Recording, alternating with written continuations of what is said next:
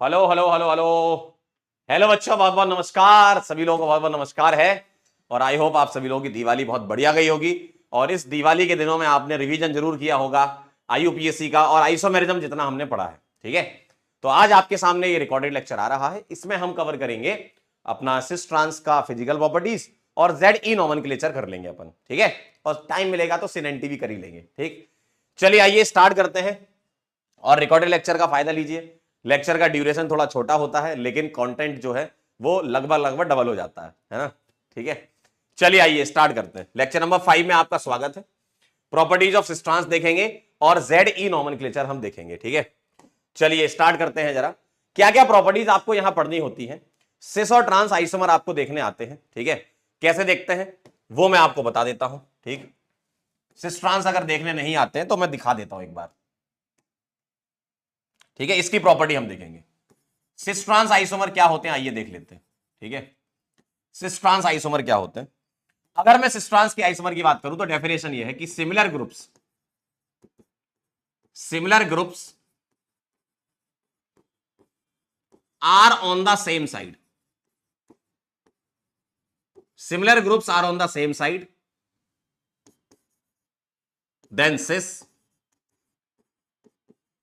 Otherwise trans. ध्यान से देखिएगा, अगर सिमिलर ग्रुप सेम साइड होंगे तो सिस होगा, अपोजिट होंगे तो ट्रांस होगा। कैसे, मैं आपको दिखा देता हूं। जैसे मान लीजिए ये लिखा है CH3 मैंने सेम साइड लगा दिए। ठीक है, जीआई एग्जिबिट होना ही चाहिए तभी तो सिस ट्रांस पढ़ रहे हो, है ना। तो इसको बोलूंगा मैं सिस। आप चाहे तो मिथाइल से देख लो, चाहे आप एच से देख लो, जैसे आपकी इच्छा हो, है ना। कोई भी एक पेयर मिल जाए आपको सेम साइड तो भी सिस कहलाएगा। मान लो यहां एच होता, यहां बीआर होता तो हम मिथाइल मिथाइल के रेस्पेक्ट में सिस आंसर कर देते। ठीक है, चलिए देखिए, अगर मैं ट्रांस बनाना चाहूं तो मुझे बताइए अपोजिट साइड का मतलब क्या है कि इसकी ज्योमेट्री एक अलग प्रकार की आ जाए। तो यहां देखें आप, मिथाइल मिथाइल अपोजिट साइड आप ऐसे देख लो, या एच एच अपोजिट साइड आप ऐसे देख लो, है ना। तो इस ये कहलाएगा क्या, ट्रांस। और सिस और ट्रांस की फिजिकल प्रॉपर्टीज अलग अलग होती है। वो क्या क्या प्रॉपर्टीज है उसके बारे में हमें स्टडी करना है, यही हम पढ़ने वाले। तो सिस ट्रांस आप समझ गए। सिमिलर ग्रुप सेम साइड होगा तो सिस, अपोजिट साइड होगा तो ट्रांस। क्लियर है एकदम। चलिए डाइपोल मोमेंट की बात कर रहे हैं हम। पहली प्रॉपर्टी मुझे बताओ, डाइपोल मोमेंट कैसे आप चेक करते थे। आपने केमिकल बॉन्डिंग में डाइपोल मोमेंट को डायरेक्शन के थ्रू चेक किया था, वही यहां लगाएंगे हम ये चेक करेंगे डाइपोल की डायरेक्शन से कि रिजल्टेंट म्यू जो है वो जीरो है या रिजल्टेंट म्यू जो है वो नॉन जीरो है। वेक्टर का जो रिजल्टेंट होता है ना वो जीरो है या नहीं है। अगर डाइपोल मोमेंट जीरो है तो हम बोल देते हैं नॉन पोलर कंपाउंड्स, और नॉन जीरो है तो हम बोल देते हैं पोलर कंपाउंड्स। ठीक है, ये हम चेक करेंगे इस तरीके से। डाइपोल मोमेंट मैं अभी सिखाऊंगा कैसे चेक करना है। बॉइलिंग पॉइंट जो है वो पोलैरिटी पर डिपेंड करता है ना। बॉइलिंग पॉइंट किस बात पर डिपेंड करता है, पोलैरिटी। क्यों, पोलैरिटी अगर ज्यादा होगी तो फोर्सेस स्ट्रांग होंगे।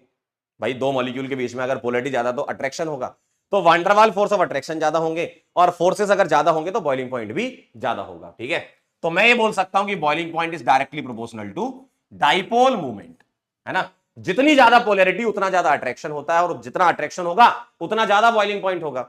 भाई आपने मान लो आग लगाई, मॉलिक्यूल के बीच में अट्रैक्शन ज्यादा है तो आपको ज्यादा टेम्परेचर देना पड़ेगा ना, तो बॉइलिंग पॉइंट ज्यादा अचीव होगा, यानी कि बॉइलिंग पॉइंट ज्यादा होगा। सर क्रिस्टल लैटिस एनर्जी किस बात पे डिपेंड करेगा, क्रिस्टल लैटिस एनर्जी डिपेंड करेगा, इसकी डेफिनेशन लिख रहा हूं क्या, amount of energy required to break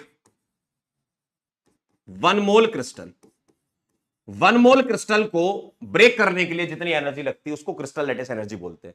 अब मुझे बताओ ये किससे कनेक्टेड होगी, क्रिस्टल लैटिस एनर्जी कनेक्टेड होगी स्टेबिलिटी से। मुझे बताइए, अगर किसी कंपाउंड की स्टेबिलिटी ज्यादा है, बहुत स्टेबल कंपाउंड है ना, अच्छी पैकिंग है, स्टेबल कंपाउंड यानी कि अच्छी पैकिंग से बात करेंगे।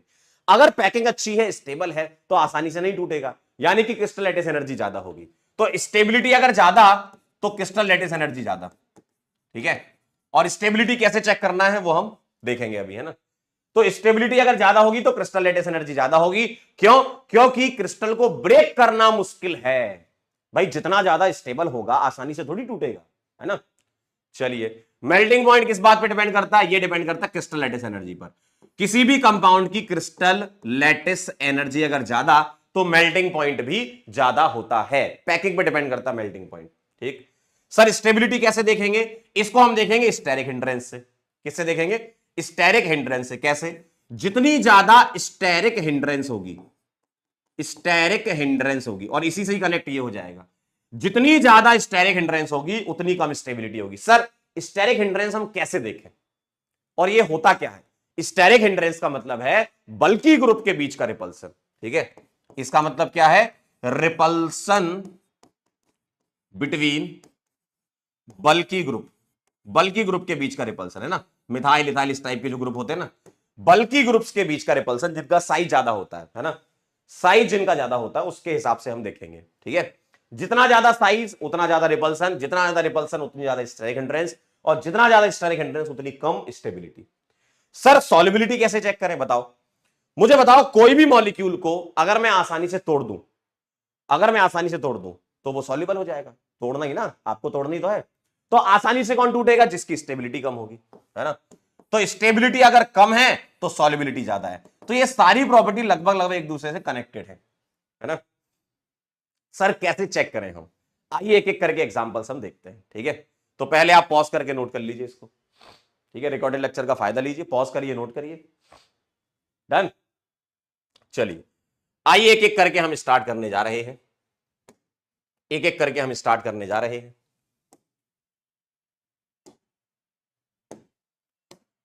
एग्जाम्पल देखिए, हम सारी प्रॉपर्टी कंपेयर करेंगे। पहला एग्जाम्पल यही वाला जो पीछे लिखा था हमने, मैं आपके सामने लिख रहा हूं एक सिस, ठीक है, और इसको लिख रहा हूं ट्रांस। अब हम चेक करेंगे, ध्यान से देखिएगा, अब हम चेक करेंगे डाइपोल मोमेंट एक एक करके, है ना, एक एक करके आराम आराम से सीखेंगे। ये सिस है, ये ट्रांस है। डाइपोल मोमेंट बताओ कैसे चेक करेंगे? वेक्टर की डायरेक्शन से। वेक्टर किधर जाता है? आपने केमिकल बॉन्डिंग में पढ़ा होगा, एक बार रिवाइज करवा देता हूं। वेक्टर की डायरेक्शन जाती है लो इलेक्ट्रोनेगेटिव से हाई इलेक्ट्रोनेगेटिव की ओर। ठीक है, जैसे मैं पूछूं कार्बन क्लोरीन बॉन्ड में वेक्टर की डायरेक्शन किधर जाएगी? आप बोलोगे क्लोरीन ज्यादा इलेक्ट्रोनेगेटिव है तो अपनी तरफ इलेक्ट्रॉन खींचेगा, तो लो इलेक्ट्रोनेगेटिव से हाई इलेक्ट्रोनेगेटिव की तरफ जाएगी। ठीक है, आइए सर हम यहां कैसे चेक करें? आप मुझे बताइए, आप मुझे बताइए इस कार्बन का हाइब्रिडाइजेशन क्या है? sp2। इसका क्या है? sp2। इसका क्या है? sp3। और इसका क्या है? sp3। ध्यान से देखिएगा। और आपको पता है कि परसेंटेज एस कैरेक्टर अगर ज्यादा तो इलेक्ट्रोनेगेटिविटी ज्यादा। सही है, इलेक्ट्रोनेगेटिविटी परसेंटेज एस कैरेक्टर पर डिपेंड करता है। तो मुझे बताओ ये sp3 कार्बन है, sp2 कार्बन है, तो ये किस तरफ डाइपोल का डायरेक्शन जाएगा? लो इलेक्ट्रोनेगेटिव से हाई की तरफ। ठीक है सर, इसका डायरेक्शन लो से हाई की तरफ। सर कार्बन और हाइड्रोजन में, अरे यार इसमें तो सोचना ही नहीं है, कार्बन की ज्यादा होती है ना इलेक्ट्रोनेगेटिविटी, कार्बन की ज्यादा होती है। तो मुझे बताइए क्या ये वाला वेक्टर इसको काटेगा? काटेगा, लेकिन पूरा नहीं काटेगा। क्यों? क्योंकि यहां मिथाइल का मैग्नीट्यूड है, यहां हाइड्रोजन का मैग्नीट्यूड है, तो ये दोनों एक दूसरे के अपोजिट तो हैं लेकिन काटेंगे नहीं, है ना। दोनों वेक्टर एक दूसरे के अपोजिट है लेकिन पूरे नहीं कटेंगे। कुछ हद तक न्यूट्रलाइजेशन होगा वेक्टर्स का, लेकिन पूरे नहीं कटेंगे, है ना। यानी कि मैं ये बोल सकता हूं क्या कि इसका डाइपोल मोमेंट जो रिजल्टिंग निकल के आएगा वो नॉन जीरो आएगा। क्या ये बात सही है? बिल्कुल सही बात है। आइए इधर, सर इसका डायरेक्शन इधर है, इसका इधर है। अब देखें जरा आप चमत्कार, क्या चमत्कार हो गया। यहां मिथाइल वाला वेक्टर है, यहां भी मिथाइल और कार्बन वाला वेक्टर है, ये दोनों एक दूसरे को काट देंगे और ये दोनों एक दूसरे को काट देंगे और दोनों एक दूसरे को काट देंगे, तो रिजल्टेंट जो है वो जीरो आ जाएगा। जीरो आ जाएगा भाई, कट गया यार, रिजल्टेंट जीरो आ जाएगा। बहुत बढ़िया चीज है। तो इसका मतलब डाइपोल मोमेंट पहले नंबर का आपका आंसर आ चुका है। नंबर 1 सवाल का आंसर डाइपोल मोमेंट सिस का ज्यादा होगा ट्रांस से इसमें। ठीक, अब इसी से कनेक्ट कर लीजिए boiling point. Boiling point is directly proportional to dipole moment. बहुत अच्छी बात है। तो boiling point is directly proportional to dipole moment, ये काम हो चुका है। आइए तीसरे नंबर पर हम चलते हैं, क्रिस्टल लैटिस एनर्जी, और इसको कनेक्ट करता हूं मैं स्टेबिलिटी से। पहले मैं आपको स्टेबिलिटी बताता हूं। सर स्टेबिलिटी कैसे चेक करोगे? आइए जरा, आप लोगों ने मारुति ओमनी कार देखी है कभी जीवन में, जिसमें पुरानी पिक्चरों में किडनैपिंग होती थी? तो ये है मारुति ओमनी कार, ध्यान से देखिए, जिसमें दोनों तरफ सीट होती है। ठीक है, जिसमें दोनों तरफ सीट होती है। तो ये है अपनी कार, जिसमें दोनों आमने सामने सीट होती ना, जिसमें वो वाली कार है ये। तो अगर मुझे सिस बनाना है तो मैं ये बोल रहा हूं दोनों मिथाइल मोटे मोटे हैं तो सेम साइड, ठीक, और हाइड्रोजन छोटे छोटे होते हैं तो छोटे छोटे ये हो गए, ठीक है। तो दोनों मोटे मोटे लोग एक ही साइड बैठे और दोनों छोटे छोटे पतलू पतलू मेरे जैसे एक साइड बैठे, ठीक है।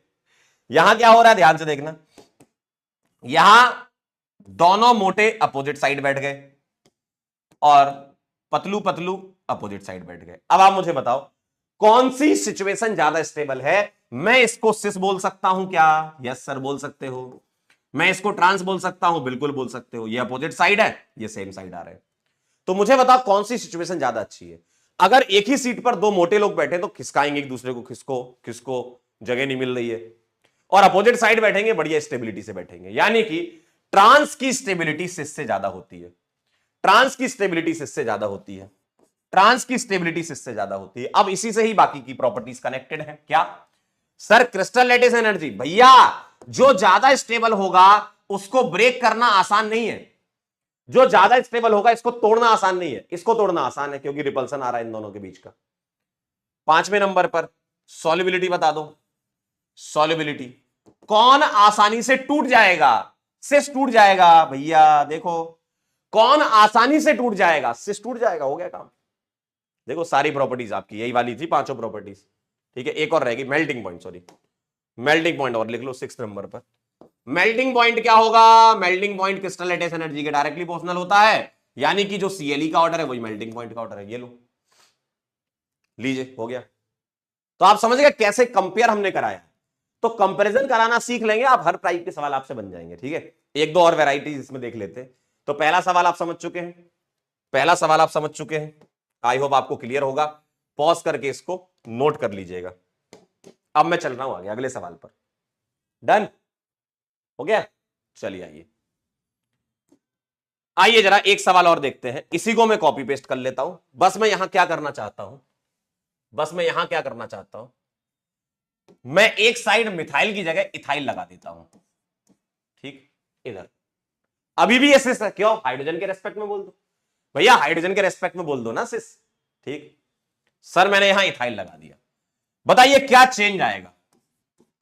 क्या चेंज आएगा? दिमाग में सोचिए क्या चेंज आएगा। मैंने बस इथाइल कर दिया एक साइड, क्या चेंज आएगा?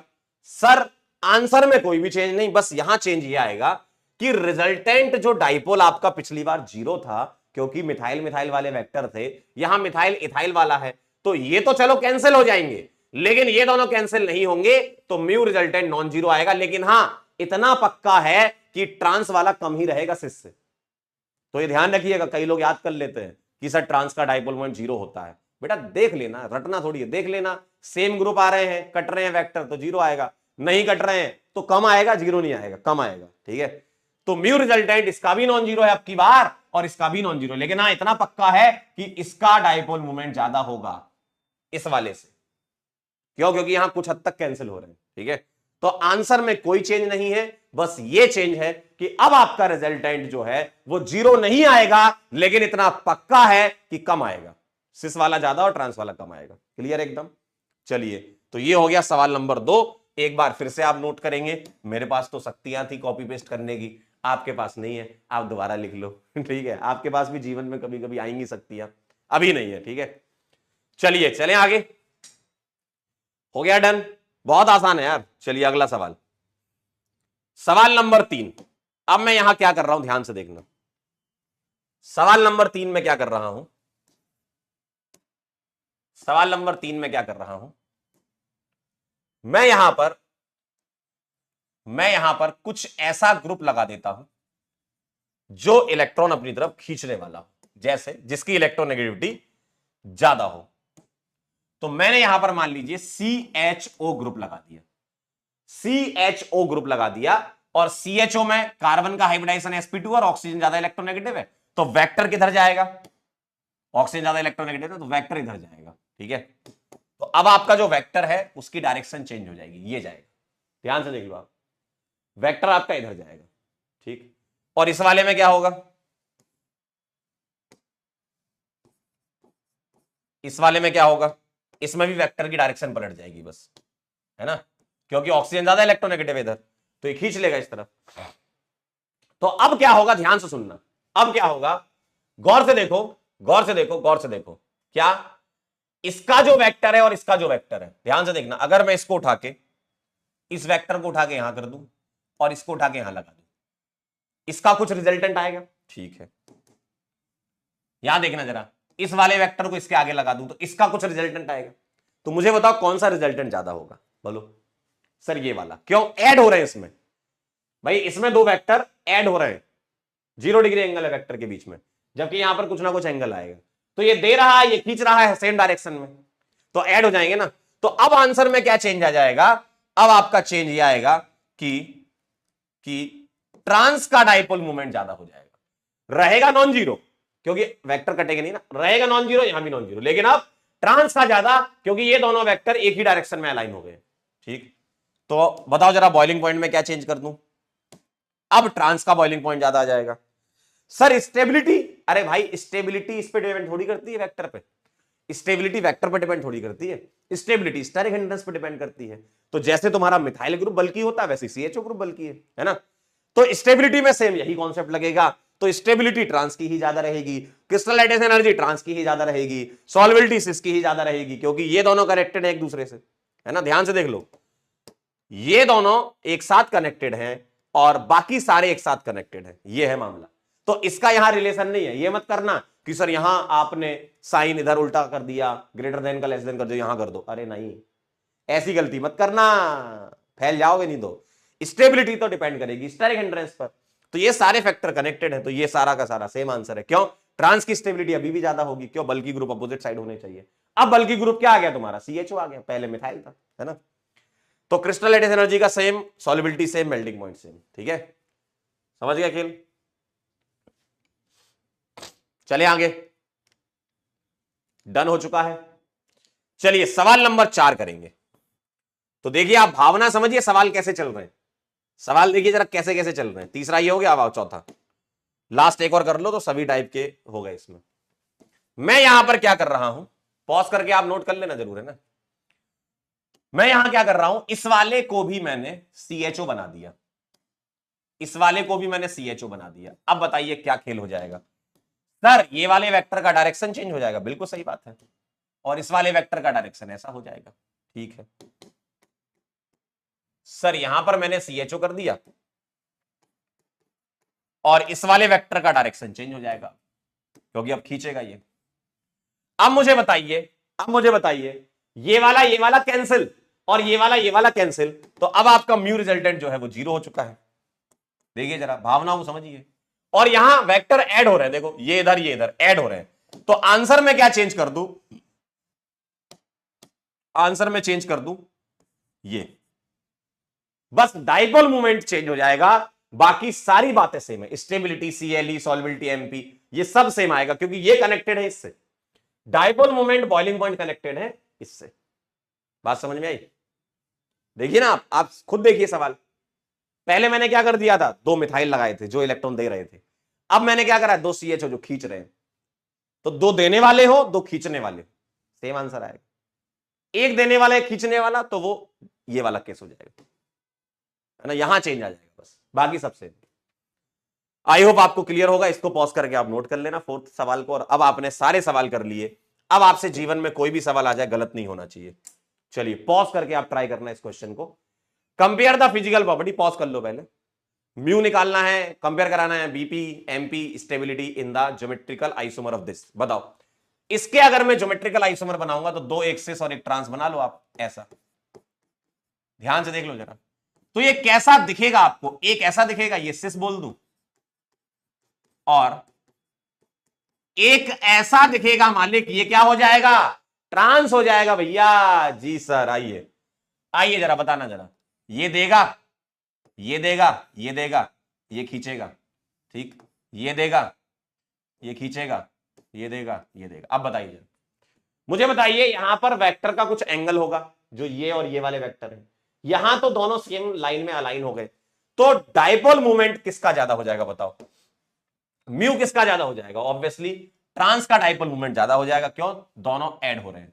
तो डाइपोल मोमेंट म्यू ट्रांस का ज्यादा है। सिस्का हटा दूं, सिस्का हटा दूं, सिस्का हटा दूं, आ गया आंसर। बाकी चेक कर लो, जो ऑर्डर म्यू का होगा वही बीपी का ऑर्डर होगा। बिल्कुल सही है। अब आइए जरा, मेल्टिंग पॉइंट कनेक्टेड है स्टेबिलिटी से। स्टेबिलिटी किसकी ज्यादा होती है? ट्रांस की।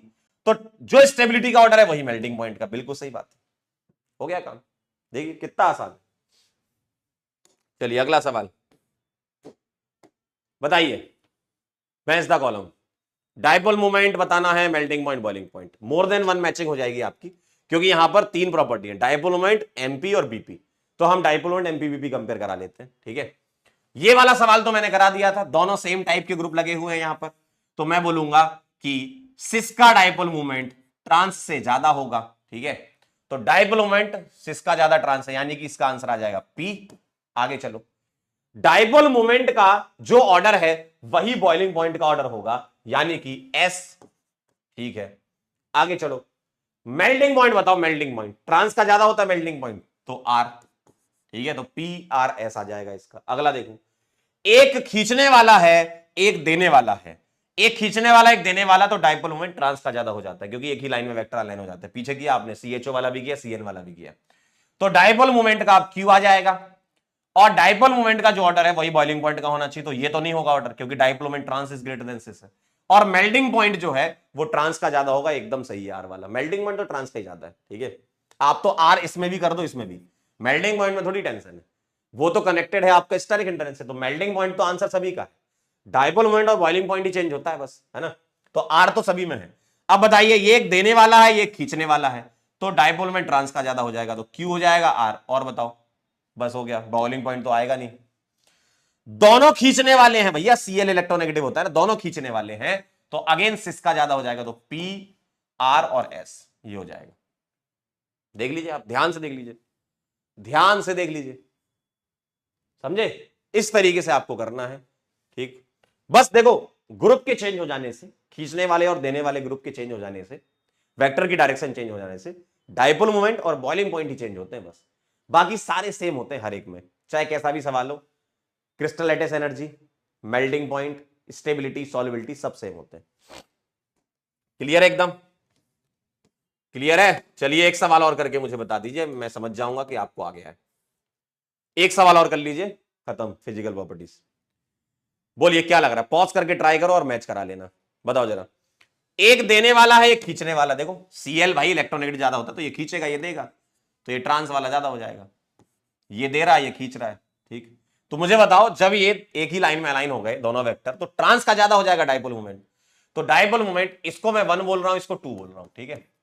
ये 1 है, ये 2 है। अब की बार इन्होंने यहां ट्रांस लिख दिया, इन्होंने ट्रांस को 1 माना है और इसको 2 माना है, ठीक है। तो मुझे बताओ डाइपोल मोमेंट किसका ज्यादा? 1 का ज्यादा, तो 2 हटा दूं। तो डाइपोल मोमेंट 1 का ज्यादा है 2 से, 1 का ज्यादा है, ट्रांस का ज्यादा होगा 2 से। और डाइपोल मोमेंट बॉइलिंग पॉइंट के डायरेक्टली प्रोपोर्शनल, यानी कि बॉइलिंग पॉइंट भी अभी तक ठीक है। मेल्टिंग पॉइंट ट्रांस का ही ज्यादा होता है यार, तो 1 का ज्यादा है 2 से। मेल्टिंग पॉइंट स्टेबिलिटी में थोड़ी टेंशन है, सी आ जाएगा आंसर, ठीक है। आई होप आपको क्लियर होगा। कुछ इस प्रकार के सवाल, फिजिकल प्रॉपर्टी तो नहीं, बस सिस ट्रांस पता करना है।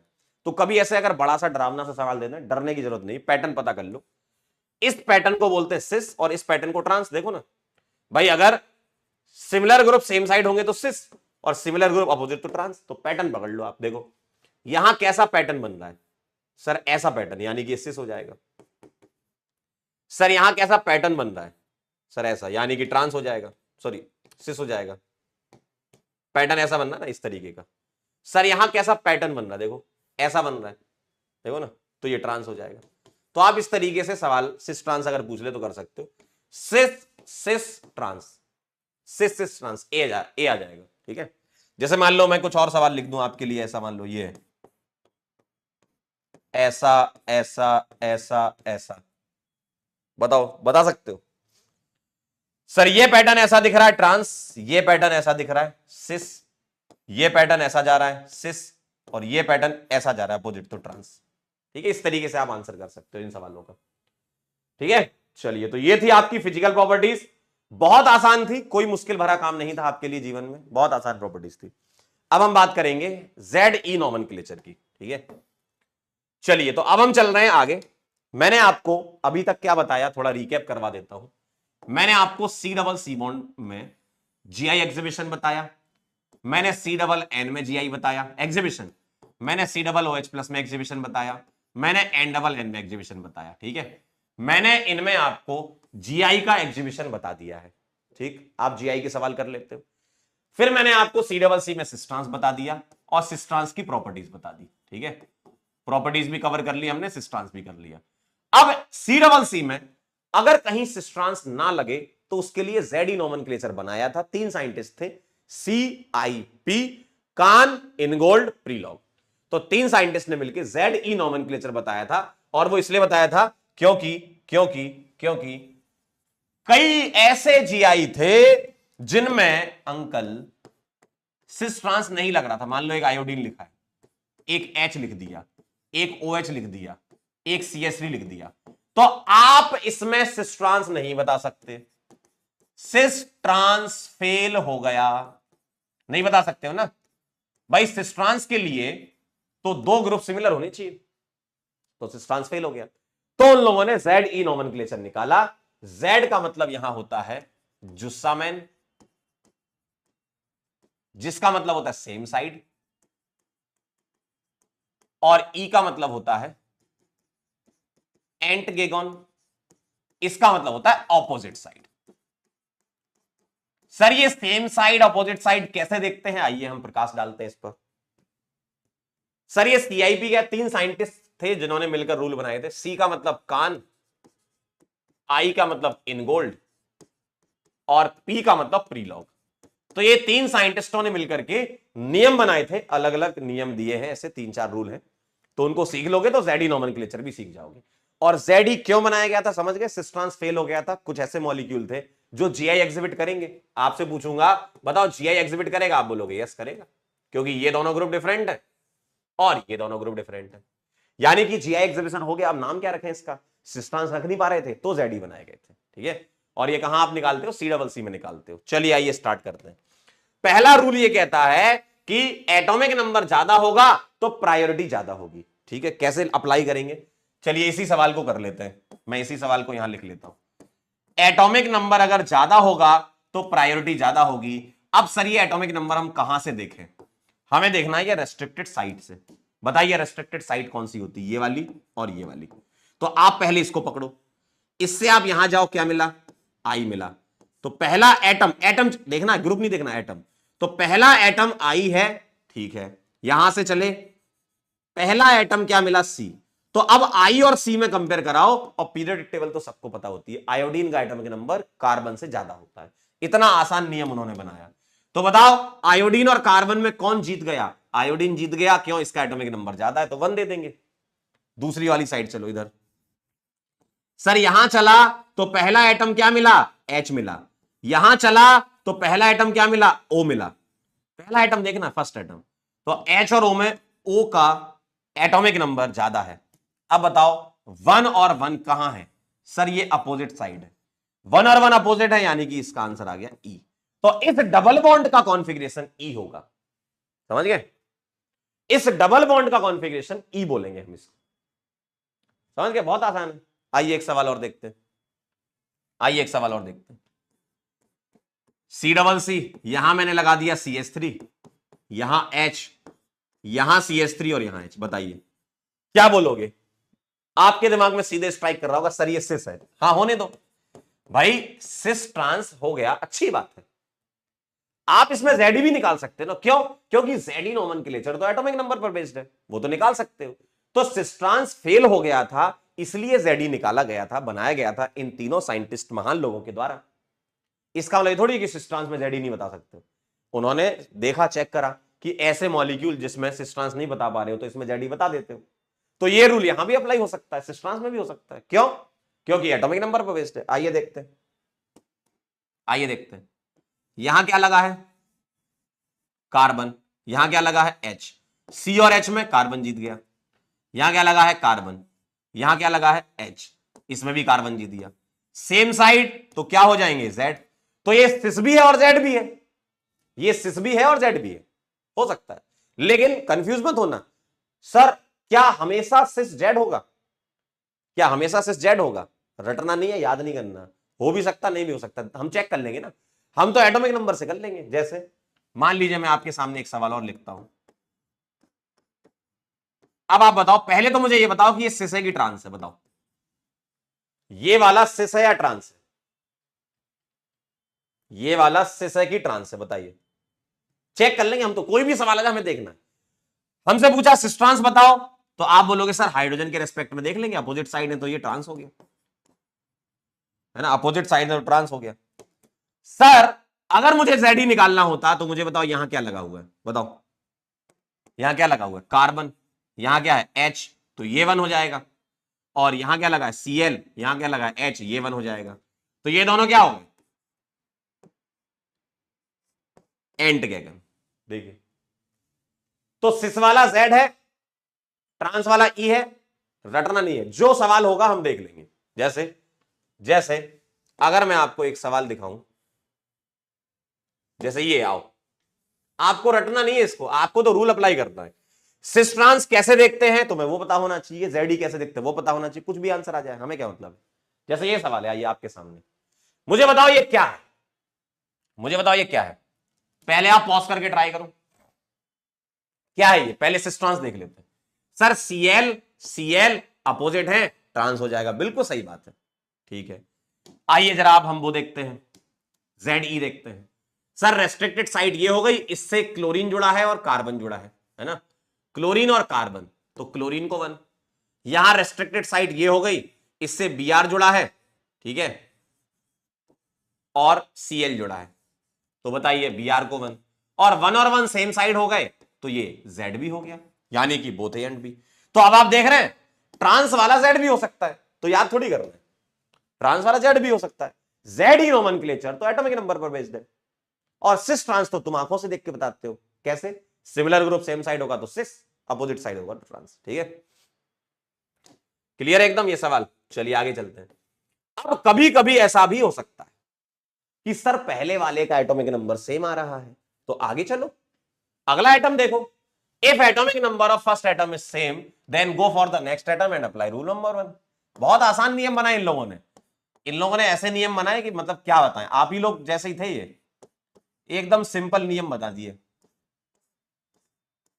आइए जरा देखिए, एक सवाल जरा ध्यान से देख लीजिए, और इनका कहना है कि एटॉमिक नंबर अगर पहले एटम का सेम है तो अगले एटम पर जाएंगे। चलिए आइए हम आपको ले चलते हैं, कैसे देखना देखिए, बताइए पहला एटम क्या है C, पहला एटम क्या है C, अगला एटम इसका पहला क्या है C, हमें रेस्ट्रिक्टेड साइड से चलना है, इधर और इधर, तो दोनों एटम सेम हो गए, अगले एटम पे चलो। सर यहां का अगला एटम क्या है, कोई चॉइस नहीं है, हाइड्रोजन है, अगला एटम H है। सर यहां का अगला एटम क्या है, हायर एटॉमिक नंबर वाला लेना है। आप बोलो सर मैं तो H लूंगा, बेटा H से ज्यादा एटॉमिक नंबर वाला भी है, यहां पर देखो इस कार्बन से C कनेक्टेड है, तो आपको यहां H और यहां C सोचना है, तो ये बना जाएगा, ये वाली बात समझे आप। हाइड्रोजन को तब तक नहीं लेना जब तक कोई और एटम ना हो, जैसे मतलब हाइड्रोजन तभी लेना है जब सिर्फ वही हो, उल्टे शब्दों में समझो। हमने यहां हाइड्रोजन क्यों लिया, कोई चॉइस नहीं थी सर। यहां कार्बन क्यों लिया, क्योंकि हाइड्रोजन से ज्यादा इलेक्ट्रॉन, हाइड्रोजन से ज्यादा एटॉमिक नंबर रखता है, ठीक है।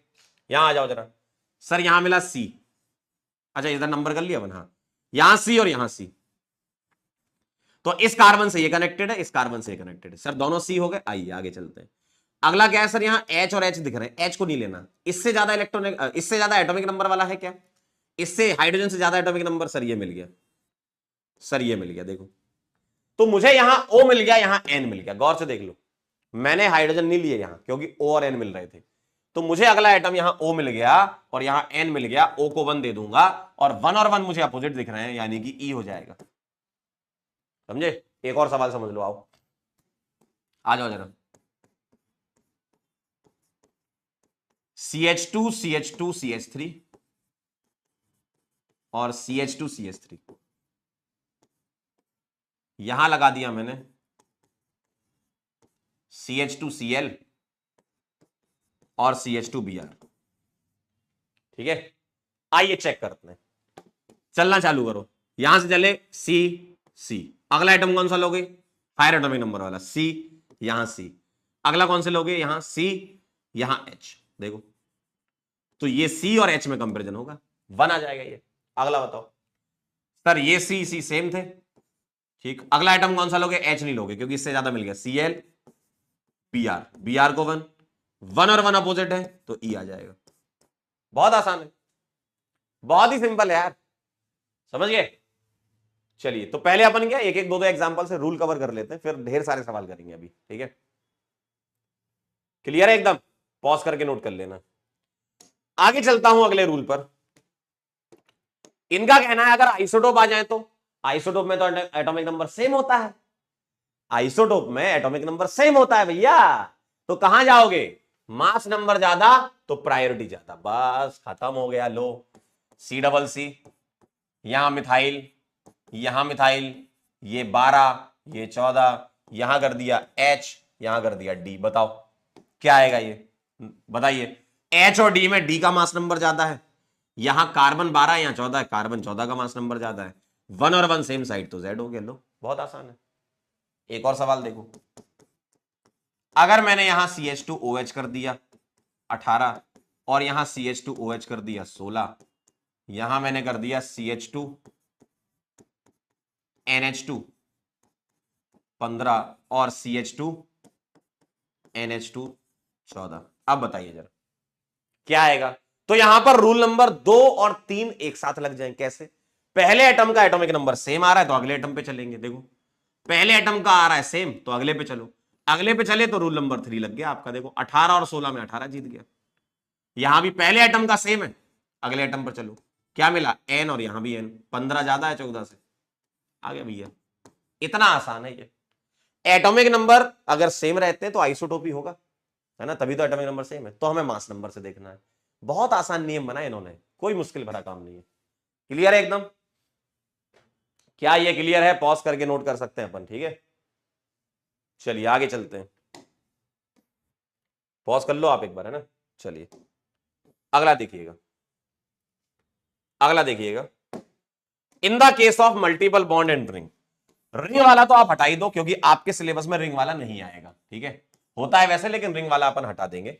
हम सिर्फ और सिर्फ किसकी बात करेंगे? मल्टीपल बॉन्ड की, ठीक है? रिंग भी होता है लेकिन हम मल्टीपल बॉन्ड की बात करेंगे। रिंग वाले सवाल आप छोड़ सकते हो, आपको कहीं दिखते भी है तो आप छोड़ देना, टेंशन मत लेना, मैंने मना किया है, रिंग वाला सवाल नहीं करना, ठीक है? मल्टीपल बॉन्ड वाला करेंगे। तो मल्टीपल बॉन्ड में क्या बोला था इन्होंने? ध्यान से देखना जरा, यहां पर इन्होंने कॉन्सेप्ट लगाया था hypothetical atom, hypothetical atom consider करेंगे, कंसीडर करेंगे। जैसे मैं आपको सवाल से बताता हूं, मान लीजिए आपको कंपैरिजन कराना है C ट्रिपल बॉन्ड CH में और CH डबल बॉन्ड CH2 में, ठीक है? इसमें कंपेयर कराना है। मैं थोड़ा आसान करने के लिए H हटा देता हूं, मैं C ले लेता हूं बस, ठीक है? H की उतनी जरूरत होती नहीं है, तो मैं आसान करने के लिए ऐसा कर देता हूं, H मैंने हटा दिए। अब इन्होंने ये बोला था कि जो सिग्मा बॉन्ड है वो तो वैसे ही बना दो, सिग्मा बॉन्ड वैसे ही बना दो, है ना? यानी कि ये रहा सिग्मा बॉन्ड, सेम बना दो, सिग्मा बॉन्ड वैसे ही बना दो। ध्यान सुनना, इन्होंने बोला था sigma bond same to same बना दो। अब बताओ पाई, यहां कितने पाई है? 2, तो मैं पहला पाई तोड़ूंगा, पहला पाई तोड़ूंगा तो ये दोनों कार्बन नाराज हो जाएंगे। ध्यान सुनना, अगर मैं ये पाई बॉन्ड तोड़ूंगा तो दोनों नाराज हो जाएंगे, कहेंगे अरे यार अच्छा वाला बॉन्ड बना था, तुम तोड़ रहे हो। तो कंपनसेट करना है इनको, भाई अगर बॉन्ड तोड़ूंगा तो नाराज हो जाएंगे, तो मनाना है। तो हम इस कार्बन से पूछेंगे तुमको क्या चाहिए? बोलेगा हमारा बॉन्ड कार्बन के साथ था, हमको कार्बन के साथ ही जुड़े रहना है, हमको उससे दूर नहीं होना। ध्यान सुन लो, क्या बोला ये? क्या बोला ये? हमने ये पाई बॉन्ड तोड़ा तो ये कार्बन बोला कि यार मेरी बॉन्डिंग इससे थी, मैं इसको नहीं छोड़ सकता। तो CIP तीनों लोग आपस में बैठे, उन्होंने कहा अच्छा कोई बात नहीं, तुम पाई मत बनाओ, हम तुमको एक हाइपोथेटिकल दे देते हैं। भाई तुम्हारा उससे बॉन्ड टूटा, कोई बात नहीं, तुम्हें उसी जैसा एक और मिल जाएगा। तो जब ये पाई बॉन्ड तोड़ा तो पाई बॉन्ड को सिग्मा बॉन्ड में कन्वर्ट करके जोड़ा। अब आप बोलोगे सर पाई सिग्मा कैसे बन गया? ये कोई कॉन्सेप्ट नहीं था, ये इन तीनों साइंटिस्ट के दिमाग की उपज थी, कॉन्सेप्ट नहीं था ये इनके दिमाग की उपज थी कि हम ऐसे करेंगे, ठीक है? तो पाई बॉन्ड टूटा, इस कार्बन से पूछा, बोलेगा हमें इससे जुड़े रहना है, बोलेगा ठीक है जुड़ जाओ, लेकिन हम तुमको सिग्मा के फॉर्म में जोड़ देते हैं। तो इसको बोलते हैं हाइपोथेटिकल एटम। अब अगर ये बॉन्ड टूटा, आपने इस कार्बन से पूछा, तो इससे भी तो पूछो, इसने इसने क्या कांटे लगे इसमें, है ना? तो ये कार्बन बोलेगा हम भी उससे जुड़े थे, बोलेगा कोई बात नहीं वत्स, लीजिए, आप भी जुड़ जाइए। दूसरा बॉन्ड तोड़ा, इस कार्बन से पूछा, ये बोलेगा हम उससे जुड़े थे, जुड़ जाइए, और इससे पूछा हम इससे जुड़े थे, जुड़ जाइए। तो ऐसा दिखेगा, तो ये स्ट्रक्चर ऐसा दिखेगा। आइए जरा इधर, आइए जरा इधर। इधर अगर मैं बात करूंगा, सिग्मा जुड़ा हुआ है, मैंने कहा भाई पाई तोड़ दो, सीआईपी ने बोला पाई तोड़ देंगे, तो ये कार्बन नाराज, ये भी नाराज, दोनों कार्बन नाराज। तो ये कार्बन बोलेगा हम तो उससे जुड़े थे, तो कहेंगे सीआईपी जोड़ दीजिए, लीजिए। ये बोलेगा हम इससे जुड़े थे, लीजिए। ऐसी क्या बात, ऐसी क्या बात, देखिए जरा, ठीक है। अब यहां पर जो H है वो लिख दीजिए, अब H जो थे वो वापस लिख दीजिए। यहां क्या H था, एक H यहां था, ठीक है, ये तो एक्चुअल है, हाइपोथेटिकल को ऐसे ब्रैकेट में लिख रहे हैं ना। यहां एक H था और यहां पर 2 H थे, क्लियर है एकदम बात। तो ऐसा दिखेगा। अब आप ध्यान से सुनना, अब आप ध्यान सुनना, अब मुझे प्रायोरिटी अगर बतानी है तो कैसे चलूंगा, प्रायोरिटी बतानी है तो मैं कैसे चलूंगा, ध्यान से सुनिएगा। ये जो ग्रुप है, ये जो ग्रुप है, ये कहां जुड़ा होगा भाई, डबल बॉन्ड पे जुड़ा होगा ना, ऐसे। ये जो ग्रुप है वो ऐसे जुड़ा होगा, मान लो ये सवाल है, तो ऐसे जुड़े होंगे ये ग्रुप। तो हमने क्या करा, इस ग्रुप और इस ग्रुप का अलग से सीख लिया यहां पर, है ना। यहां मैं H और मिथाइल लगा देता हूं या OH लगा देता हूं, ठीक है। तो मुझे बताओ इस वाले डबल बॉन्ड का, देखो ये वाला डबल बॉन्ड तो GI एग्जिबिट कर नहीं रहा क्योंकि 2H है, ट्रिपल करता नहीं है, तो यही डबल GI एग्जिबिट कर रहा है, ठीक है। सर H और O में यहां तो रूल नंबर 1 लग गया, यहां टेंशन नहीं है, यहां तो रूल नंबर 1 लग गया, टेंशन नहीं है, ठीक है, 1 आ गया।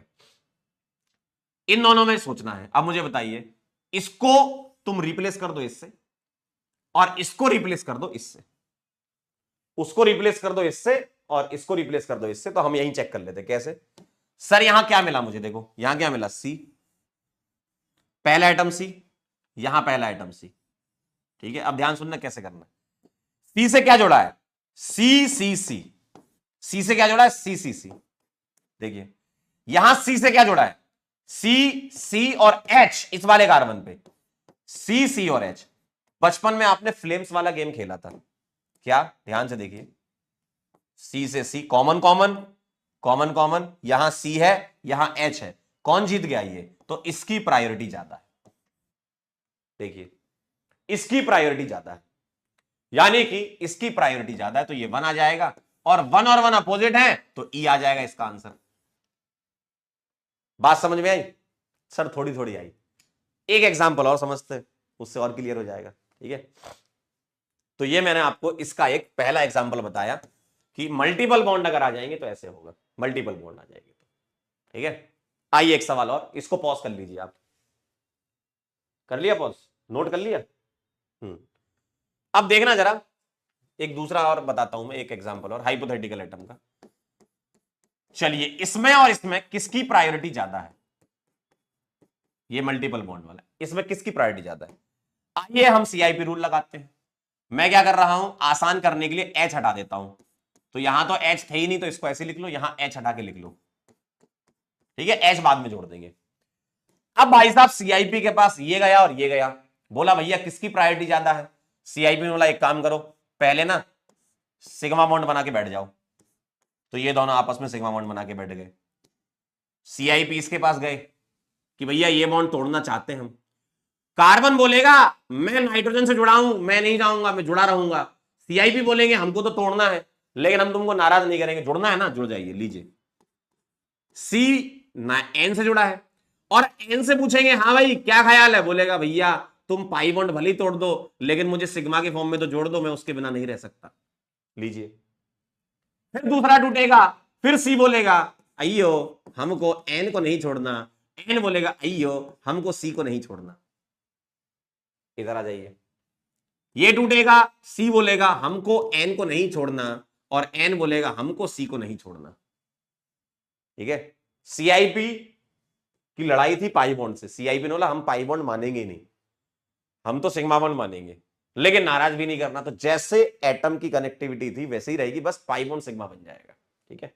और ये इनके दिमाग की उपज है, कॉन्सेप्ट नहीं है ये। चलिए आइए, अब मुझे बताइए यहां क्या लगा था C के साथ H, और N के साथ क्या लगा था H। आइए फ्लेम्स खेलते, बचपन वाला नियम। और ये सवाल पता कैसा दिखेगा आपको, ऐसा दिखेगा, मान लो मैंने यहां डी कर दिया, यहां टी कर दिया, और आपसे पूछा गया बताओ सी ट्रिपल बॉन्ड एन और C H double bond NH, ऐसा है ये। ठीक है, चलिए ध्यान से देखिएगा, फ्लेम्स खेलते हैं कैसे। पहला एटम कार्बन, पहला एटम कार्बन, अब इस कार्बन से क्या जुड़ा है, इस कार्बन से जुड़ा है N N N, N N N, और इससे क्या जुड़ा है N N H, N N H. आइए फ्लेम्स, बचपन वाला गेम, एन से एन कट गया, एन से एन कट गया, यहां एन और यहां एच, कौन जीत गया ये देखिए। यानी कि अब आप आंसर कर सकते हो, बताइए जरा, इन दोनों में ये और डी और टी में आइसोटोप का मास नंबर ज्यादा, क्या आंसर आ गया ई। बात समझ में आई कुछ, बात समझ में आई कुछ। तो ये है हाइपोथेटिकल एटम का कॉन्सेप्ट। तो ये क्या करा था, ये सीआईपी ने बनाया, लेकिन सीआईपी का जब नियम बनाया तो ये काफी पुराना नियम है। ठीक है, सीआईपी का नियम काफी पुराना नियम है और ये नियम काफी समय तक चला, और फिर 1990 1990 21 फरवरी 1990 को एक और वैज्ञानिक का जन्म हुआ जिनका नाम था पंकज सजेरिया। उन्होंने सीआईपी के जो नियम थे उनकी स्टडी करी और उन्होंने ये देखा कि यार ये हाइपोथेटिकल एटम के कॉन्सेप्ट में काफी लंबा चला जाता है मामला, है ना, ये बहुत लंबा चला जाता है मामला। और उन्होंने ये देखा कि जो नीट का पेपर है उस पेपर में उस प्रकार के सवाल जो बहुत गहराई वाले सीआईपी वाले वो आते नहीं है। तो उन्होंने क्या करा कि सिलेबस के अकॉर्डिंग एक ऐसी चीज बनाई कि ये हाइपोथेटिकल का लंबा सा नियम ना लगाओ, डायरेक्ट सोचो। तो वो वैज्ञानिक जो थे उनका क्या नियम है, उनका नियम ये कहता है कि ट्रिपल बॉन्ड की प्रायोरिटी डबल बॉन्ड से ज्यादा होती है, फिर सिंगल बॉन्ड आता है, लेकिन एक शर्त है, नियम है तो कुछ शर्त भी होगी। तो उन्होंने ये बोला कि ऐसा इसलिए ट्रिपल ज्यादा डबल फिर सिंगल, ये तभी होगा जब सेम एटम्स के बीच का बॉन्ड हो। उन्होंने काफी स्टडी करी सीआईपी के नियम की और फिर उन्होंने ये एक नियम बनाया, सिंपल सी बात है और ये आंखों से देख के कर सकते हो।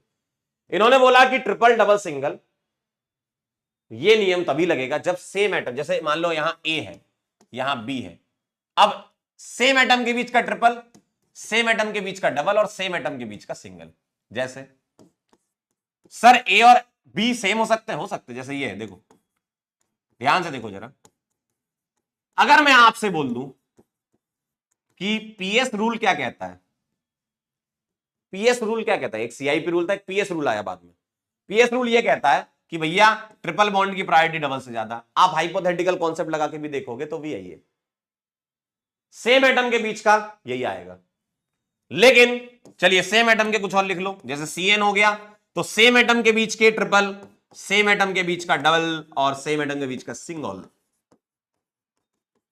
देखिए जरा, सेम एटम के बीच का डबल, सेम एटम के बीच का सिंगल। लेकिन अगर ऐसा हो गया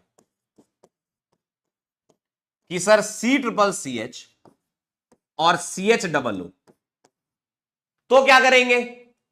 तो पीएस रूल में ये चीज एक मतलब काफी तनावपूर्ण वहां पे स्थिति हो गई थी। अपनी लैब में बैठे थे पीएस, तो पीएस कह रहे हैं कि यार मैंने तो ये बोला था ना तुमसे, ये थोड़ी बोला।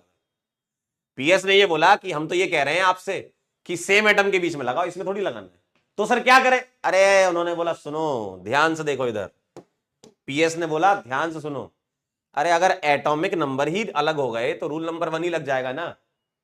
यहां सी है, यहां सी है, यहां सी है, यहां ओ है, तो सी और ओ में कंपेयर करा लो ना, हाइपोथेटिकल से करो तब भी वही आ रहा है। तो उन्होंने बोला कि भैया ऐसा है, उन्होंने बोला भैया ऐसा है कि अगर अलग अलग हो गए तो एटॉमिक नंबर सी हो जाएगा ना। ये देखो सी के बाद सी, यहां सी के बाद ओ जीत गया। आइए जरा अगला देखिए, C triple bond C H, C H double bond N H. अब बताइए किसका। अरे भैया अगर अलग एटम है तो फिर ट्रिपल डबल सिंगल नहीं खेलना, ये तभी लगता है जब सेम एटम के बीच का बनाओ। ऐसा हो या फिर ऐसा हो ये भी चलेगा, सेम एटम के बीच का होना चाहिए। ठीक, ऐसा अगर हो जाए, ऐसा अगर हो जाए तो देखिए सी के बाद सी, सी के बाद एन, सिंपल है। तो अब आप कोई भी सवाल कर सकते हो, नीट पॉइंट ऑफ व्यू की बात कर रहा हूं, पीएस का नियम सिर्फ नीट पॉइंट ऑफ व्यू की बात कर रहा हूं। नीट में जितने सवाल अगर देखोगे आप तो उसमें मिल सकता है ये, ठीक है। तो आपको यहां हाइपोथेटिकल की टेंशन नहीं लेनी, ये नियम होता है लेकिन इसकी टेंशन नहीं लेनी आपको, ठीक है। तो ये है आपका ओपी पॉइंट, और सीआईपी रूल के बाद आया था पीएस रूल, ठीक है। चलिए पॉज करके नोट कर लीजिए, आइए अब सवाल करते हैं। आइए सवाल करते हैं खूब सारे, तभी तो मजा आएगा। आओ चलिए 5 सवाल जेड ही निकालना है। पहले आप पॉज करके ट्राई करो फिर मैं बताता हूं, पॉज करके ट्राई करो फिर मैं बताता हूं, ठीक है। चलिए आइए बताइए, एफ और सीएल में कौन जीतेगा? रूल नंबर 1 लग गया, सीएल जीतेगा। बीआर और आई में आई जीतेगा। Same side Z answer. अगला बताएं, वैसे है तो ये ट्रांस लेकिन जेड ही पूछा है। कार्बन को 1, यहां कार्बन को 1, ई आंसर। बताइए सीएल और ओ में सीएल को 1, सी और आई में आई को 1, अरे ये सी है आई है तो ये ट्रांस हो जाएगा, सॉरी अपोजिट हो जाएगा, ई। कार्बन और एच में कार्बन को 1, कार्बन और कार्बन सेम है तो अगला कार्बन है, यहां अगला ऑक्सीजन है 1, क्या आ जाएगा? ई। सी और एच में वैसे तो इससे है लेकिन जेड ही पूछा है, सी और एच में सी को 1, यहां सी को 1, जेड। बात समझ में आई बालक? कितना आसान है। अरे हो गए भैया, हो चुके हैं आपके सवाल। चलिए अगला बताइए, अगला बताइए, जेड ई निकालिए। बताइए कैसे निकालेंगे? पहले आप पॉज करके ट्राई कर लेना, ठीक है। Pause, try. चलिए यहां पर एच लगा हुआ है, अब बताओ एच और सी में सी को 1, यहां से इधर भी सी इधर भी सी, तो अगले एटम पे चलो, अगला सी है वहां एच मिलेगा, जेड हो जाएगा। इधर बताओ, ये एच लगा दूं मैं यहां पर, सी को 1, यहां सी को 1, जेड हो जाएगा। यहां एच लगा दूं, सी को 1, यहां सी के बाद सी आ रहा है तो 1, ई हो जाएगा। सीएल को 1, क्यों? कार्बन और सीएल में करना था। बीआर और सी में बीआर को 1, एटॉमिक नंबर सी हो गया मामला, कितना आसान है। सीएल और सी सीएल को 1, बीआर और सी बीआर को 1, जेड हो गया। समझे? ये है खेल। चलिए आगे चलता हूं, अगला बताइए जरा, next. BR I F C L बोले, पॉज करके आप ट्राई कर लेना फटाक से, पॉज करके ट्राई, पॉज, ट्राई। आइए बीआर आई आई को 1, एफ सी एल को 1, जेड आ गया। सीएल सीएल 35 37 आइसोटोप आ गया 1, एच टी आइसोटोप आ गया 1, जेड हो गया। समझे? अरे बहुत आसान है यार, इससे आसान क्या मिलेगा जीवन में। अगला देखिए जरा, आइए जरा पॉज करके ट्राई कर लेना। हाँ आइए देखिए, ध्यान से देखिएगा। टी डी डी को 1, सॉरी अरे टी को, एच थोड़ी है, टी डी टी को 1, अरे आइसोटोप में मास नंबर ज्यादा है ना। सी सी सी सी, यहां सी और यहां डी, ध्यान से सुन लो, सीसी कॉमन, सीसी कॉमन, अगला डी है अगला सी है तो सी जीतेगा ना 1, तो ये ई आ जाए। इसमें फैल गए होगे तुमने डी और एच में देख लिया होगा, पगले हो गया भाई, अगला एटम सी है ना अगला डी है, हायर एटॉमिक नंबर वाला लेना, तो ये ई आ जाएगा। इधर आ जाओ बेटा, ये सीएचओ है। ओहो मालिक, ये मिल गया, पीएस रूल लग गया यहां। अरे भैया पीएस रूल, सेम एटम के बीच का डबल और सेम एटम के बीच का सिंगल तो बना जाएगा। सी ट्रिपल एन सी, अरे पीएस रूल लग गया, ये बना जाएगा, जेड आ जाएगा। सेम एटम के बीच का ट्रिपल सेम एटम के बीच का डबल से ज्यादा होता है, ठीक है। चलिए भैया आइए अगला सवाल करिए, लगाइए जरा पीएस का नियम। पीएस रूल क्या कहता है? C triple N C double O. अब देखिए ट्रिपल और डबल अलग अलग एटम के बीच का है तो यहां एन और ओ से खेल हो जाएगा, 1 आ जाएगा। सी ट्रिपल सी सी डबल ओ, सी और ओ से खेल हो जाएगा, 1 आ जाएगा, जेड आ जाएगा। अगर अलग अलग एटम के बीच के ट्रिपल डबल हैं तो एटॉमिक नंबर से हो जाएगा ना वो तो, ठीक है। अगला सवाल बताएं जरा, क्या कहते हो? आइए जरा पॉज करके ट्राई कर लेना आप, है ना। एच सी देखें, एच सी सी को 1, सी सी, अब यहां आगे अगला सी है, यहां भी अगला सी है लेकिन यहां 3 सी लगे, देखो CH2 CH2 CH3 है और ये CH2 CH3 है बस, तो यहां एक कार्बन ज्यादा आ गया ना तो ये 1, जेड हो जाएगा। एफ एच एफ को 1, सीएल बीआर बीआर को 1, ई हो जाएगा। एटॉमिक नंबर से खेल लो, यहां 3 सी लगे हैं तो 1, यहां एच सी सी को 1, ई हो जाएगा। एच एफ, एफ को 1, B R F, B R को 1, ई हो जाएगा। हालांकि ये सिस भी है, लेकिन जेड ही निकालना था हमें, समझे बेटा। पॉज करके ट्राई करोगे तभी सीख पाओगे, क्योंकि मैं तो फटाफट कर रहा हूं, मैं इसलिए कर रहा हूं क्योंकि आसान है, इसलिए तेज हो रहा है मामला, है ना। आप पॉज करके ट्राई करोगे तो अच्छा लगेगा। चलिए आइए अगला सवाल, क्या कहता है ये सवाल आपसे। पॉज करके ट्राई करें जरा, पॉज करके ट्राई करेंगे तो मजा आएगा। The correct spectrochemical sorry stereochemical name, बताइए जरा क्या नाम है इसका। ये तो आपको आईयूपीएसी तो आता है, ये एस्टर है तो मिथाइल आगे लगेगा, बिल्कुल सही, मिथाइल आगे। अच्छा सभी में मिथाइल आगे, फिर 2 मिथाइल भी कॉमन है, ठीक है, हेप्टा भी कॉमन है, तो आईयूपीएसी का खेल तो नहीं दिख रहा है। डाइनोइड, डाइनोइड ये भी कॉमन है, यानी कि आईयूपीएसी सबका सेम है, बस जेड ई से हो जाएगा। तो मुझे बताओ ये वाले डबल बॉन्ड को देखो, यहां सी, यहां सी, सी के बाद एच, यहां ओ, ये 1, यहां एच, यहां सी, देखो यहां एच यहां सी, तो ये 1 1 1 सेम साइड, तो जेड आ जाएगा।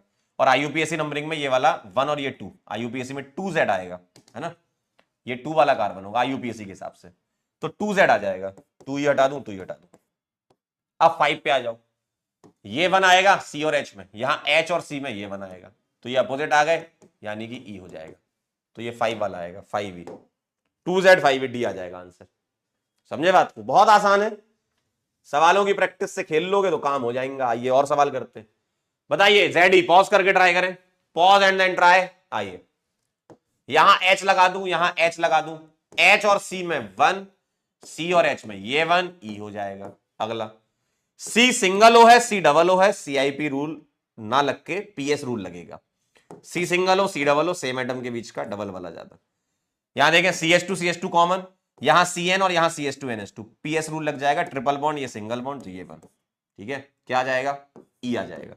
अगला सी सिंगल ओ, सी डबल ओ, ये 1, अच्छा ये तो सेम ही सवाल हो गए, बार 2 बार रिपीट हो गया तो ई, ठीक है।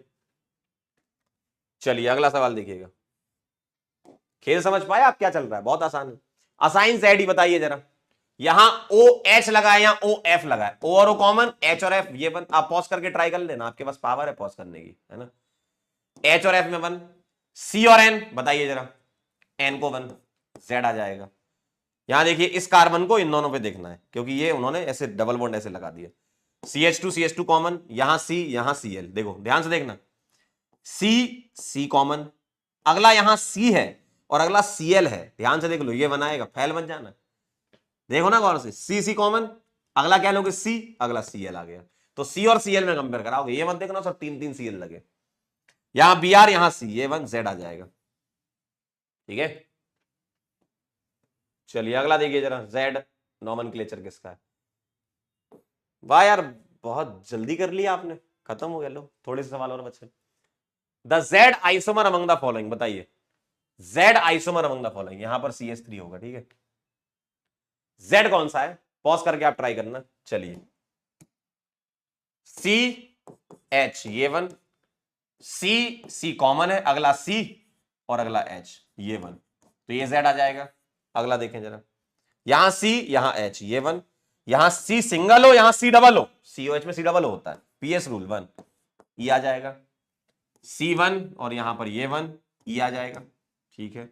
सी ये 1 और एच और इसमें ये 1, ई आ जाएगा, पहला वाला सेट है, ठीक है। चलिए अगला सवाल, अच्छा अगला सवाल करेंगे, पहले एक रूल और देख लो, ठीक है, एक रूल और देख लो। एक नियम और है कि भैया प्रायोरिटी सिस की ज्यादा होती है ट्रांस से, जेड की ज्यादा, सिन की ज्यादा एंटी से। अभी अपन ने ये पढ़ा नहीं है तो ये आगे आ जाएगा, आप इन दोनों में अभी सीख सकते हो कैसे, ध्यान से देखना। मान लो मैंने आपके सामने ऐसा लिख दिया, मान लो मैंने आपके सामने ऐसा लिख दिया, देखिएगा,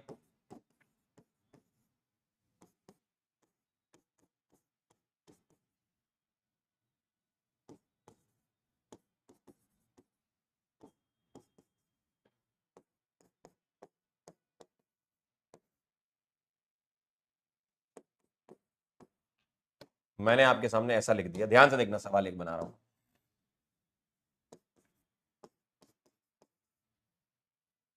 ठीक है, ऐसा मैंने लिख दिया। तो अब यहां पर ना 5 डबल बॉन्ड है, 1 2 3 4 5, और पांचों के पांचों जी एग्जिबिट कर रहे हैं, है ना। अब एक एक करके निकालते हैं, इसका बताओ, इसका क्या आएगा, सी और एच में अच्छा एक काम करो, इसको मैं सिस ट्रांस के फॉर्म में लिख सकता हूं, आप जेड भी निकाल सकते हो। मैं इसको सिस ट्रांस के फॉर्म में लिख रहा हूं, तो इसको सिस बोल रहा हूं, और एच अपोजिट तो ट्रांस बोल रहा हूं। ठीक है, ठीक है। एक काम करता हूं, सॉरी यहां CH3 ना करके एच कर देता हूं। एक काम करता हूं, रुको रुको, सवाल को थोड़ा सा एडिट करेंगे, एच करेंगे, यहां मिथाइल करेंगे, ठीक है, ताकि आपको सेम दिखे। ये दोनों ग्रुप सेम दिख रहे हैं, ये सिस दिख रहा है, ये ट्रांस दिख रहा है, ठीक है। यहां आ जाओ जरा, ये दोनों ग्रुप सेम दिख रहे हैं, ठीक। अब मैं यहां जेड ही निकाल लेता हूं, क्योंकि सिस ट्रांस यहां बता नहीं पाऊंगा। तो सी और एच में ये वन, और बी आर और सी में ये वन, ठीक। वन और वन सेम, तो जेड हो गया। यहां देखिए जरा, बी आर और सी में ये वन, इसके लिए निकाल रहा हूं, और इसके लिए सी और एच में ये वन, ये ई हो गया। अब देखें जरा, अब जब तुम इस वाले डबल बॉन्ड का देखोगे, इस वाले का, जब तुम इस डबल बॉन्ड का कॉन्फ़िगरेशन देखोगे, तो ये चेक करोगे, सर यहां और यहां तो सेम ग्रुप लगे, तो यहां कौन सा लगा है सिस, और यहां लगा है ट्रांस, तो सिस की प्रायोरिटी ट्रांस से ज्यादा, तो ये वन। और यहां भी सेम ग्रुप लगे, यहां जेड है, यहां ई है, जेड और ई में ये वन, तो वन और वन सेम साइड, तो ये जेड आ जाएगा, ठीक है। लेकिन ये बहुत ही लीस्ट इंपॉर्टेंट है आपके लिए, लीस्ट इंपॉर्टेंट, आप इसको छोड़ भी सकते हो, लीस्ट इंपॉर्टेंट नियम है, आप इसको छोड़ भी सकते हो, ये 5वें नंबर का, ठीक है।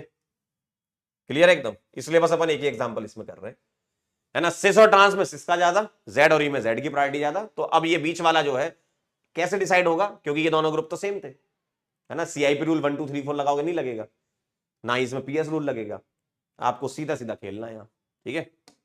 छोड़ भी सकते हो इसको। चलिए अगला सवाल करेंगे, इस टाइप के सवाल देखने को मिल सकते हैं आपको, है ना। Cl और C, Cl को 1, Br और C, Br को 1, आए हाय Z आ गया, क्या बात है। H और C को 1, C, आए हाय, फैल ना जाना, ये दोनों ग्रुप सेम है, नो GI, नो GI भाई, दोनों ग्रुप सेम है, GI नहीं करेगा ये। ClC 1, C, बेटा यहां C के बाद हो, यहां C के बाद C, ये 1, E आ जाएगा। H, आहा, नो GI मालिक, अरे ये दोनों सेम हो गए, GI नहीं होगा इसमें, ठीक है। अरे GI नहीं होगा तो ZE की क्या बात आएगी, कोई बात नहीं आएगी, ठीक है। चलिए आइए, the Z configuration the following, आइए HC1, CC1, Z आ जाएगा, क्योंकि यहां 3 C है। FH1, CL भी, ये लग रहा मुझे कर चुका हूं मैं, E, है ना। ये वन E, अच्छा ये हो चुका है सवाल, ये वन E, ठीक है, ये हो चुका है, हटा देते हैं इसको, ठीक है। ये सवाल वाह हो चुका है भाई, क्या लगता है आपको, अंतिम सवाल, ठीक है। सारे कर लिए, होमवर्क की जरूरत ही नहीं, इतने सारे कर लिए अपन ने ठीक है। चलो पॉज करके ट्राई करना जरा, इसको पॉज करके ट्राई कर दीजिए जरा फटाक से, अरे चटाक से फटाक से कर दीजिए। CC, आए हाय, अगला H, अगला C1, CCl, आए हाय, Z आ जाएगा। अगला बताओ, यहां देखो CC, फिर इसके बाद C के बाद C, ओहो यहां H, तो ऊपर 1, C डबल हो, C सिंगल हो, PS रूल, आए हाय, सेम एटम के बीच के डबल सिंगल ट्रिपल वाला यहाँ PS नियम। ClO, Cl1, CC कोई बात नहीं, CC कोई बात नहीं, यहां H यहां C, ये 1, E आ जाएगा। HC1 और C-N, PS का नियम, E, C-N और C सिंगल N में दो सेम एटम के बीच के ट्रिपल ज्यादा, फिर double single. Thank you so much, बहुत बहुत धन्यवाद। तो आपने ZE नोमेनक्लेचर सीख लिया, आए हाय। तो आज के लिए इतना काफी है, ठीक है। क्लियर है एकदम। लेक्चर भले ही थोड़ा छोटा लग रहा हो आपको, लेकिन रिकॉर्डेड में थोड़ा लंबा हो जाता है, क्योंकि पॉज करके सॉल्व भी कर रहे होगे, लिख भी रहे होगे, नोट्स भी बना रहे होगे, तो अपने आप ही ये 2 घंटे का लेक्चर हो चुका होगा अब तक, क्योंकि सवाल अपन ने इतने सारे कर लिए। तो आई होप आपको ZE नोमेनक्लेचर समझ में आ गया होगा, ठीक है। समझ में आ गया है तो इसी वीडियो के नीचे एक बार कमेंट कर देना, क्योंकि रिकॉर्ड लेक्चर देखना, थोड़ा समझ में आ जाएगा आपको कि नेक्स्ट टर्न इसको दोबारा से आपको समझाना है या फिर आगे बढ़ जाएंगे हमसे 90 पर, ठीक है। चलिए आई होप बहुत अच्छा लगा होगा आपको, बहुत बढ़िया तरीके से आपकी तैयारी चल रही होगी। बिल्कुल भी घबराए नहीं, टेंशन ना लें। हो सकता है कई बार ऐसा थ्योरी पढ़ते पढ़ते कुछ चीज ऐसे भी पढ़ लेते हैं अपन कि मतलब सवाल कर लेते हैं बहुत सारे, या कुछ ऐसी चीजें आ जाती हैं जो कुछ कुछ कम बार पूछी गई हैं, लेकिन हमें पढ़ना होता है, सिलेबस में रहती हैं, है ना। लेकिन धीमे धीमे जैसे आप आगे बढ़ेंगे तो आप समझ पाएंगे कि आपको किस पर ज्यादा फोकस करना है ना। अभी तो हमारा ऑर्गेनिक स्टार्ट ही हुआ, आइसोमेरिज्म चल रहा है, अभी जीओसी आएगा, रिएक्शंस आएंगी, क्योंकि आजकल रिएक्शन बेस्ड क्वेश्चन बहुत ज्यादा पूछे जाते हैं, तो उधर ज्यादा फोकस आपको बढ़ाना पड़ेगा अपना। ठीक है, चलिए मिलते हैं बेटा फिर, तब तक के लिए ओके बाय।